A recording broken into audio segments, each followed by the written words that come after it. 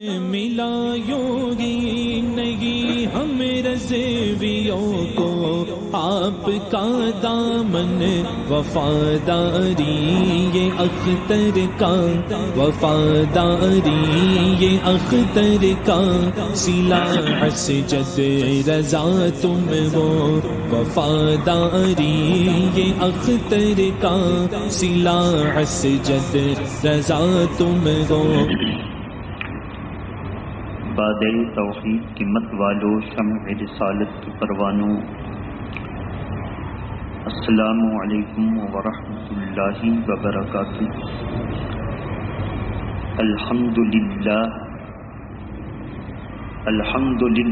نحمده ونستعینه ونستغفره ونؤمن به ونتوکل علیہ، ونعوذ باللہ من شرور انفسنا ومن سیئات اعمالنا، من یهده اللہ فلا مضل له ومن یضللہ فلا ہادی له، ونشهد ان لا الہ الا اللہ وحدہ لا شریک له، ونشهد ان سیدنا محمدا عبدہ ورسولہ، اما بعد فأعوذ باللہ من الشیطان الرجیم، بسم اللہ الرحمن الرحیم۔ ان الصلاة تنہی عن الفحشاء والمنکر، صدق اللہ العلی العظیم، وبلغنا رسولہ النبی الامین المتین الکریم۔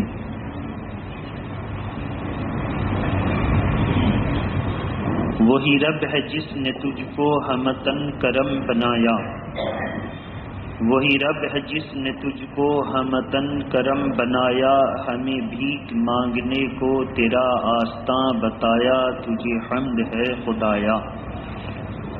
اور یہی بولے سدرہ والے چمنے جہاں کے تھالے، یہی بولے سدرہ والے چمنے جہاں کے تھالے، سبھی میں نے چھان ڈالے پر تیرے پائے کا نہ پایا، تجھے حمد ہے خدایا۔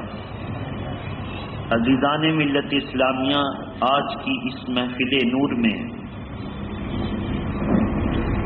ہم اور آپ ہفتے کی عید اور نماز جمعہ کے لیے حاضر ہوئے ہیں۔ نماز جمعہ سے متعلق میں نے گزشتہ جمعہ کو آپ کے سامنے عرض کیا تھا کہ اللہ تبارک تعالیٰ کا ارشاد ہے، یا ایھا الذین آمنوا اذا نودی للصلاۃ من یوم الجمعۃ فاسعوا الی ذکر اللہ وذروا البیع۔ اے ایمان والو، جب تمہیں جمعہ کی نماز کے لیے بلایا جائے، پکارا جائے، تو سارے کام چھوڑ دو اور تیز تیز قدموں سے جمعہ کی نماز کے لیے چل پڑو۔ اس ضمن میں نے یہ کہا تھا، صحابہ اکرام جمعہ سے قبل ساری تیاریاں کر لیتے، بعض صحابہ جمعہ کی اذان اول سے پہلے مسجد تشریف لے جاتے اور مسجد جا کر حاضر ہو جاتے، اور بعض صحابہ اکرام اذان سنتے ہی چل پڑتے۔ اذان سن کر چلنے والوں سے پوچھا گیا، آپ اذان کے بعد جاتے ہیں؟ انہوں نے کہا کہ اللہ کا جب فرمان آ گیا کہ اب مسجد کی طرف چل پڑو تو سارے کام ہم پر ہو گئے حرام۔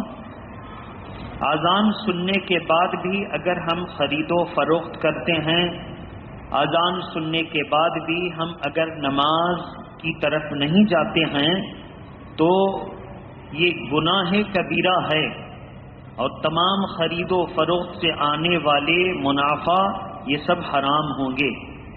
اس سے ہم بچتے ہیں اور اللہ سے ڈرتے ہیں، اور اسی وجہ سے ہم اذان سنتے ہی تیز قدموں سے مسجد کی طرف چلے جاتے ہیں، کیونکہ جب جمعہ کی اذان ہو گئی تو تمام طرح کے معاملات ہو گئے ہم پر حرام۔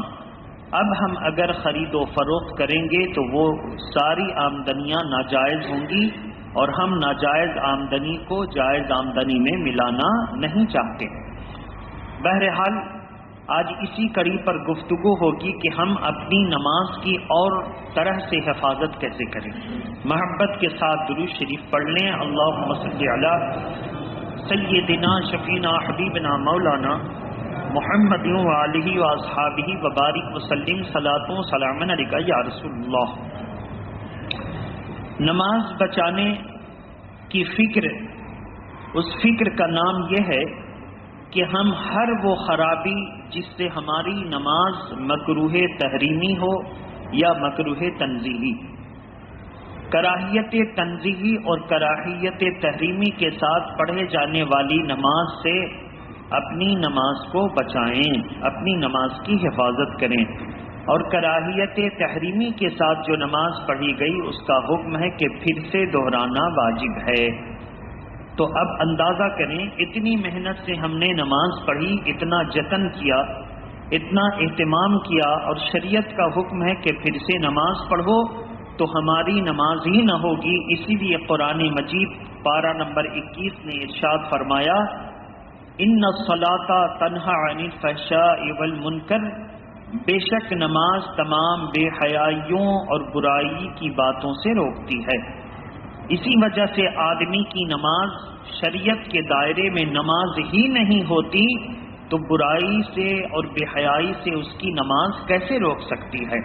اگر اس کی نماز شرائط کی جامع ہوتی تو بے شک ایسی نماز کی برکتوں سے انسان برائیوں سے بچ جاتا۔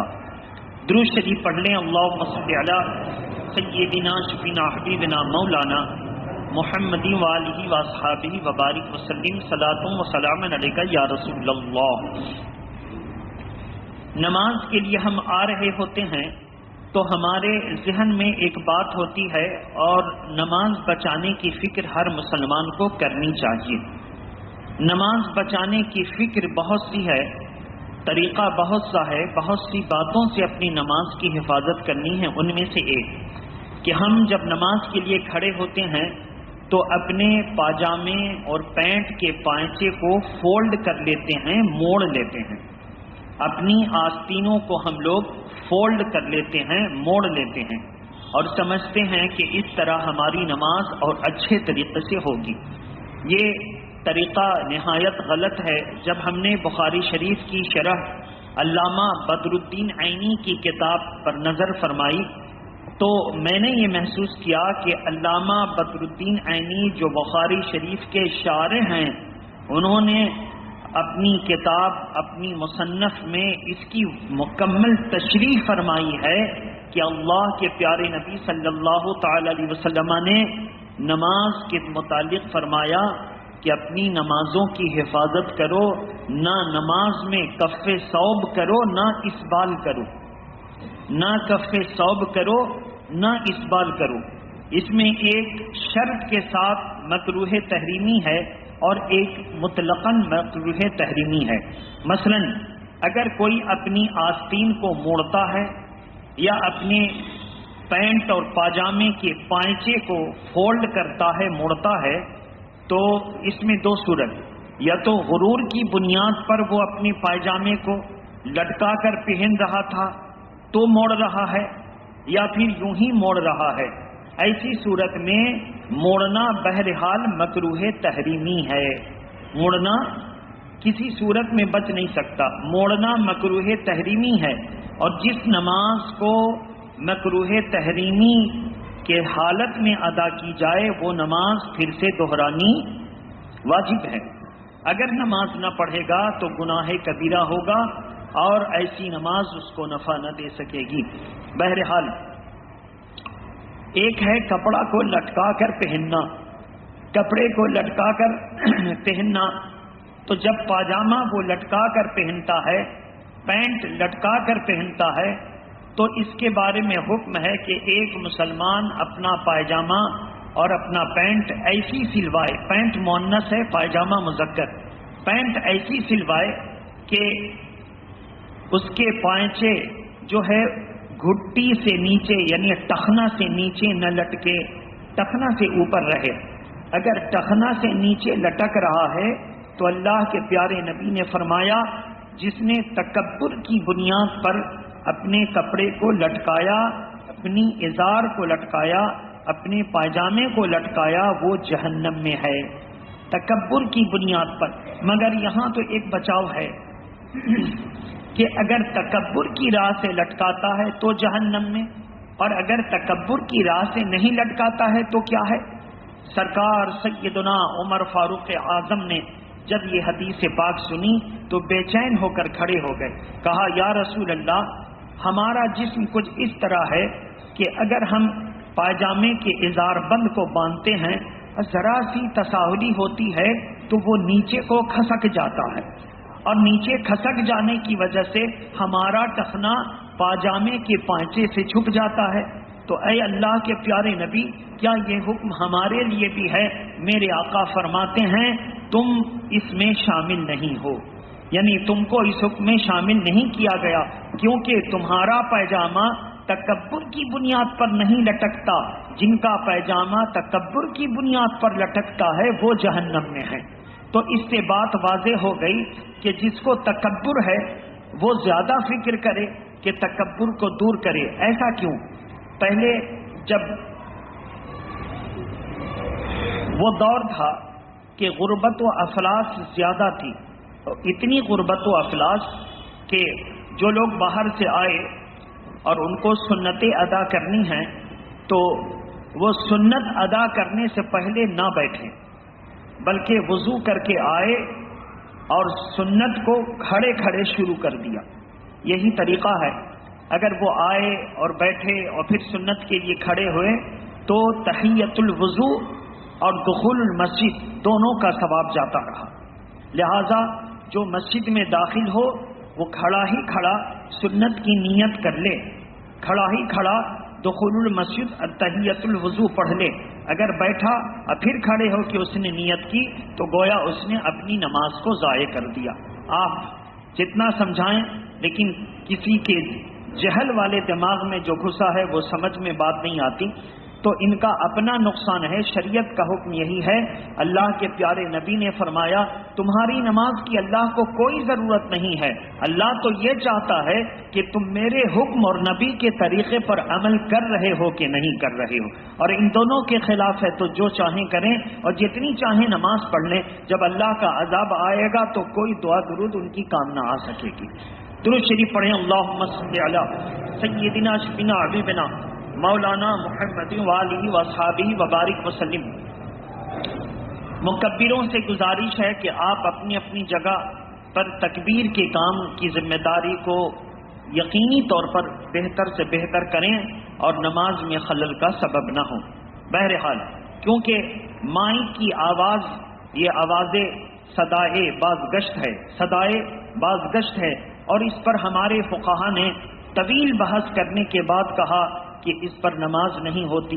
بعض علماء نے کہا کہ نماز ہو جاتی ہے لیکن اس میں مکبر بھی رکھنا چاہیے، بعض علماء نے کہا مکبر نہ بھی رکھو تو نماز ہو جانی چاہیے۔ لیکن آج سے تقریباً 25 سال پہلے کے جتنے علماء تھے سب کا اس بات پر اطمینان بھی تھا، اجماع بھی تھا کہ مائک کے ذریعے نماز نہیں ہوتی ہے۔ کیوں نہیں ہوتی ہے؟ کیونکہ مائک ایک مشین ہے اور مشین کو اپنی عبادت میں دخل اندازی کا حق دینا یہ نماز کو برباد اور فساد کرنے کا سبب ہے۔ لہذا ہمارے یہاں مکبر کا انتظام ہے، آپ حضرات مکبر کی آواز پر اپنی آواز کو مسموع کریں اور اس مسموع پر آپ اپنی نماز کو اٹھک بیٹھک کریں، اور قیام، قعود، رکوع، سجود یہ ساری باتیں مکبر کی آواز پر کریں۔ بہرحال بعض علماء کو جب پوچھا گیا کہ آپ مائک والے کے پیچھے نماز پڑھی تو انہوں نے جب دیکھا کہ فقہا کا یہ میدان ہے تو انہوں نے کہا کہ میں امام کے قریب تھا، امام مائک سے نماز پڑھا رہے تھے، اگر مائک نہ بھی ہوتا تو میں ان کی آواز کو سن رہا تھا، لہذا میں نے مائک کی آواز پر قیام و قرات و سجود ارکان کو نہ بجایا، بلکہ میں نے امام کی آواز پر جو ہے رکوع اور سجدہ کیا۔ یہاں پہ تو وہ بچ گئے، لیکن عوام کیا ذہن بنائے گی؟ عوام یہی ذہن بنائے گی کہ فلانے مولانا صاحب مائک والے کے پیچھے نماز پڑھ رہے تھے، اس کا وہ جواب نہ دے سکے اور ہمیں اس کا جواب کا انتظار رہے گا۔ وہ چونکہ بڑے عالم ہیں اس لیے ہم یہاں نام نہیں لینا چاہتے ہیں، صرف یہی کہیں گے کہ اس جواب کا انتظار رہے گا۔ درود شریف پڑھیں، اللہم صلی علی سیدنا جبنا حبیبنا مولانا محمد وآلہ واصحابہ وبارک وسلم صلاۃ و سلام علیکہ یا رسول اللہ صلی اللہ تعالی وسلم۔ سب سے بہتر فیصلہ سرکار مفتی اعظم ہند سے پوچھا گیا، حضور چند علماء نے کہا کہ مائک پر نماز جائز ہے، پھر انہوں نے اپنے فیصلے واپس بھی لے لیے، انہوں نے اپنے فیصلے واپس بھی لے لیے، اور چند عالم جو ہیں ابھی بھی ڈٹے ہوئے ہیں، اور بہت ساروں نے اپنے فیصلے واپس لے لیے، اور بہت ساروں نے مائک پر نماز کو مطلقاً حرام قرار دیا، مکروہ تحریمی قرار دیا، اور کہا اس سے نماز نہیں ہوتی۔ ایسی صورت میں آپ کی کیا رائے ہے؟ فرمایا میرا یقینی موقف تو یہی ہے کہ مائک پر نماز نہیں ہوتی، مائک پر نماز نہیں ہوتی، میرا یقینی موقف۔ اب حضور مفتی اعظم ہند سے اس دور میں بڑا مفتی کون تھا جس کے فیصلے پر ہم عمل کر لیں؟ پھر فرماتے ہیں سنو، بہتر تو یہی ہے کہ یہ نماز کا مسئلہ ہے، مائک کی انانیت کو لے کر اڑے رہو گے تو نماز جیسی اہم عبادت برباد ہوگی، اور کون عقل مند ہے جو صرف اپنی طبیعت اور نفسانیت کی بنیاد پر نماز کو برباد کرتا رہے؟ لہذا جہاں نماز کے ہونے اور نہ ہونے کا معاملہ ہے وہاں پر تو ایسا کرو کہ نماز ہو جائے، ایسا کرو کہ نماز ہو جائے۔ بہرحال مفتی اعظم ہند کا فتویٰ کا جو ہے اس کے تاثرات کو آپ کے سامنے پیش کر کے میں نے اب یہ اختلاف کو ختم کروا دیا کہ جب سرکار مفتی اعظم ہند کا فتویٰ ہے تو پھر ہم کو اور کسی کی ضرورت نہیں ہے۔ درود شریف پڑھ لیں، اللہم صلی علی سیدنا شفینا حبیبنا مولانا محمد وآلہ واصحابہ وبارک وسلم۔ تو میرے محترم سرکار سیدنا ابو بکر صدیق نے کہا کہ یا رسول اللہ میری ازار، میرا پائجامہ ڈھلک جاتا ہے پیٹ پر سے اور ٹخنے چھپ جاتے ہیں۔ اللہ کے نبی نے فرمایا کہ تم ان میں سے نہیں ہو، یعنی جن کا پائجامہ اس وجہ سے لٹکتا ہے کہ وہ تکبر کی بنیاد پر۔ کیوں تکبر؟ ایام جاہلیت میں اسلام سے قبل لوگ جو مالدار ہوتے تھے وہ لمبے لمبے کپڑے پہنتے تھے، یہاں تک کہ ان کے کپڑے اتنے زیادہ زمین سے گھسٹتے کہ کسی دوسرے کا قدم پڑ جائے تو اس کی ازار کھل جایا کرتی تھی، اور وہ پھر اس غریب کو مارتا بھی تھا کہ تو نے میری ازار پر پیر رکھ دیے تو میری کمر بند ٹوٹ گئی اور میں اس طرح ہو گیا، اس پر سزا بھی دیتے تھے۔ اللہ کے پیارے نبی نے فرمایا یہ جاہلیت کے طریقے ہیں، اپنی ازار کو آلودگی سے بچاؤ اور عریانیت سے بچاؤ، ایسا نہ ہو کہ کسی کے قدم پڑ جائیں تو تم عریاں ہو جاؤ، اور ایسا نہ ہو کہ خود وہ گرد و غبار مٹی اور ناپاکی میں جو ہے ملوث ہو کر تمہاری نماز ہی برباد کر دے اور تم ناپاک کپڑے کے پہننے کے سزاوار بن جاؤ۔ بہرحال تو اب تو یہ ہو گیا کہ ہم کپڑے لٹکائیں نہیں اور ازار کو، اپنے پاجاموں کو اونچا کر سکتے ہیں، ایسے ٹان کے اونچا کر سکتے ہیں، نہ اوپر سے موڑیں گے نہ نیچے سے موڑیں گے، اوپر سے بھی فولڈ کرنا مکروہ تحریمی اور پانچے کی طرف سے بھی فولڈ کرنا مکروہ تحریمی، ان دونوں سے بچا جائے۔ دوسرے نمبر پر کف ثوب، کپڑے کو اس طرح موڑ لینا، یہ ہے کف ثوب، کپڑے کے آستین کو موڑنا کف ثوب۔ اور جب کف ثوب ہے تو اللہ کے پیارے نبی نے فرمایا کہ اللہ کا دربار ایک عظیم دربار ہے، جب تم اس دربار میں جاتے ہو تو تمہیں چاہیے کہ عام لوگوں سے زیادہ اس دربار کا لحاظ رکھو۔ تم عام درباروں میں اور حاکموں کے کمرے میں، قاضیوں کے کمرے میں، بادشاہوں کے کمرے میں جب جاتے ہو تو کیا تم آستینیں چڑھائے جاتے ہو؟ کہا کہ نہیں۔ کہا پھر اللہ کا دربار ہے، اس سے زیادہ محترم ہے، قابل احترام کہ جب تم اس کے دربار میں جاؤ تو نہ اپنے یہ بٹن کالر کہ ہڈیاں دکھ جائیں، نہ اپنی آستین، نہ اپنے پائچے، ان کو موڑو، بلکہ ان کو کھلا رکھو تاکہ دربار کا احترام ہو جائے۔ تو اس سے صاف واضح ہوئی کہ مسلمان ایسا کپڑا پہنے کہ موڑنے کی ضرورت ہی نہ پڑے۔ بولیے مسلمان ایسا کپڑا سلوائے کہ موڑنے کی ضرورت نہ پڑے. اور زمانے کے اعتبار سے اگر آپ تھوڑا لمبا سلوا رہے ہیں تو اتنی گنجائش رکھیے کہ اگر ذرا اظہار بند پکڑ کے اوپر چڑھا لیا تو پھر سنت کے مطابق نماز ادا کر سکیں گے. اگر اوپر چڑھا لیا تو سنت کے مطابق نماز ادا کر سکیں گے. اتنی گنجائش تو ہر مسلمان ضرور رکھے. ہر مسلمان اپنے پاس ٹوپی رکھے, کم سے کم رومال ضرور رکھے کہ نماز کے وقت, نکاح میں, خطبہ کے وقت, اس طرح اچھی محفلوں میں, جنازے کی جگہوں پر اور میلاد النبی وغیرہ میں جب ضرورت پیش آ گئی, کہیں پر اللہ کا ذکر ہو رہا ہے تو فوراً اپنے سر کو ڈھک لے اور باادب اس بارگاہ میں حاضر ہو جائے. میرے محترم بزرگوں اور دوستو, تو ہمیں حکم دیا گیا, اللہ کے پیارے نبی نے فرمایا کہ آستین کو موڑیں گے بھی نہیں. یہیں پر علامہ بدر الدین عینی کے اس عبارت پر نظر پڑی, فرمایا کہ اگر اس نے آستین کو آدھی کلائی تک موڑا تو نماز مکروہ تحریمی, اور اگر پوری کلائی ختم ہو گئی, ڈبل فولڈ کر لیا, ٹریپل فولڈ کر دیا, تو اس کی نماز مکروہ تحریمی ہوگی, پھر سے دہرانی واجب. یہ تو ان کی تحقیق ہے, لیکن اللہ کے پیارے نبی نے کف ثوب سے منع فرمایا, موڑنے سے منع فرمایا. تو جب میرے آقا نے موڑنے سے منع فرمایا تو اب 1 انچ اور 2 انچ کی بحث میں ایک مسلمان کیوں پڑے؟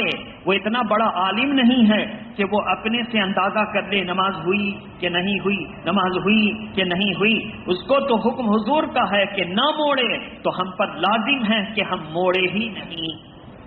ہم پر لازم ہے کہ یہ تو علماء بتا سکیں گے کہ 1 انچ ہوا, آدھی کلائی ہوئی کہ پوری کلائی ہوئی. ہم کو اس بحث میں نہیں جانا. جب میرے آقا نے منع فرما دیا ہے تو پھر ہم منع ہی رکھیں گے, آستین کو موڑیں گے نہیں. لہذا اب کیا طریقہ ہوا, مل کر سن لے. یہ تو ہوا کتاب میں. بزرگوں کا کیا طریقہ, قربان جائیے. سرکار سرکاہی علامہ تیغ علی شاہ علیہ الرحمت و رضوان, اپنے وقت کے بڑے بزرگ, ان کا ایک مرید, ان کے مرید میں سے نام بتا دیں, شمس الدین گوشت والے. زور سے بولیے. مرحوم ہیں, اللہ ان کی بخشش فرمائے. انہوں نے خود اپنا بیان دیا تھا مجھ سے کہ میں سرکار سرکاہی کا مرید ہوں, ان کے ہاتھ پر میں مرید ہوا تھا. وہ کب پیدا ہوئے تھے؟ 1300 ہجری میں پیدا ہوئے تھے, اور اعلیٰ حضرت 1340 ہجری میں وصال فرمایا. گویا اعلیٰ حضرت کی زندگی کا زمانہ انہوں نے 40 سال پایا. کتنے سال پایا؟ 1378 ہجری میں سرکار سرکاہی وصال کرتے ہیں تقریباً. تو اس سے اندازہ کریں, اور 1378 ہجری میں وصال کرتے ہیں. آج ہے 1443 ہجری, 1443 ہجری. تو تقریباً سمجھیے کہ 75-78 سال کا دور ہو گیا. آج کا آدمی اگر کوئی 95 سال رہا ہوگا تو ملاقات تو ہو سکتی ہے. زور سے بولیے, ملاقات ہو سکتی. تو بہرحال وہ کہتے ہیں مسجد میں سرکار نماز پڑھنے کے لیے جب آتے تو سرکار سرکاہی کا یہ طریقہ ہوتا کہ اقامت کا وقت ہو جاتا تو کھڑے ہو جاتے اور صفوں میں آتے. کسی کے کالر کا بٹن کھلا ہے تو وہ لگا دیتے, کسی کی آستین مڑی ہے تو کہتے ببوا اس کو نیچے کر لو. کسی کے پائجامے کا پائچا یا پینٹ اگر فولڈ ہے تو کہتے بابو اس کو کھول لو. اس طرح ببوا کھول لو, ببوا اس کو لگا لو. پورے صف کو بھی درست کراتے اور لوگوں کی نماز میں کھڑے ہونے کا آداب اور طریقہ بھی بتاتے, اور کہتے یہ بہت بڑی بارگاہ ہے, ایسے کر کے آؤ. اس سے پتہ چلا جو کتابوں میں لکھا تھا ہمارے کل کے بزرگان دین اس پر عمل کرتے تھے. آج میں یہی اپیل کر رہا ہوں کہ ہم آج کے بے ڈھب علماء کو نہ دیکھیں. یہ علماء میں 2 صورت, یہ جنتی بھی ہیں اور جہنمی بھی ہیں. بولے جنتی بھی ہیں, اور اللہ کے پیارے نبی نے فرمایا سب سے بڑا عذاب اور سب سے پہلے جہنم میں جو جائے گا وہ بددین عالم جائے گا.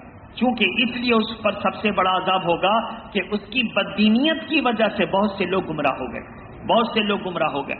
تو بہرحال تو بزرگوں کا طریقہ جو ہے, ہم جب بریلی شریف والوں کا طریقہ ملاتے ہیں تو ہمیں تمام اکابرین بزرگوں کا طریقہ بریلی شریف میں پوشیدہ نظر آتا ہے.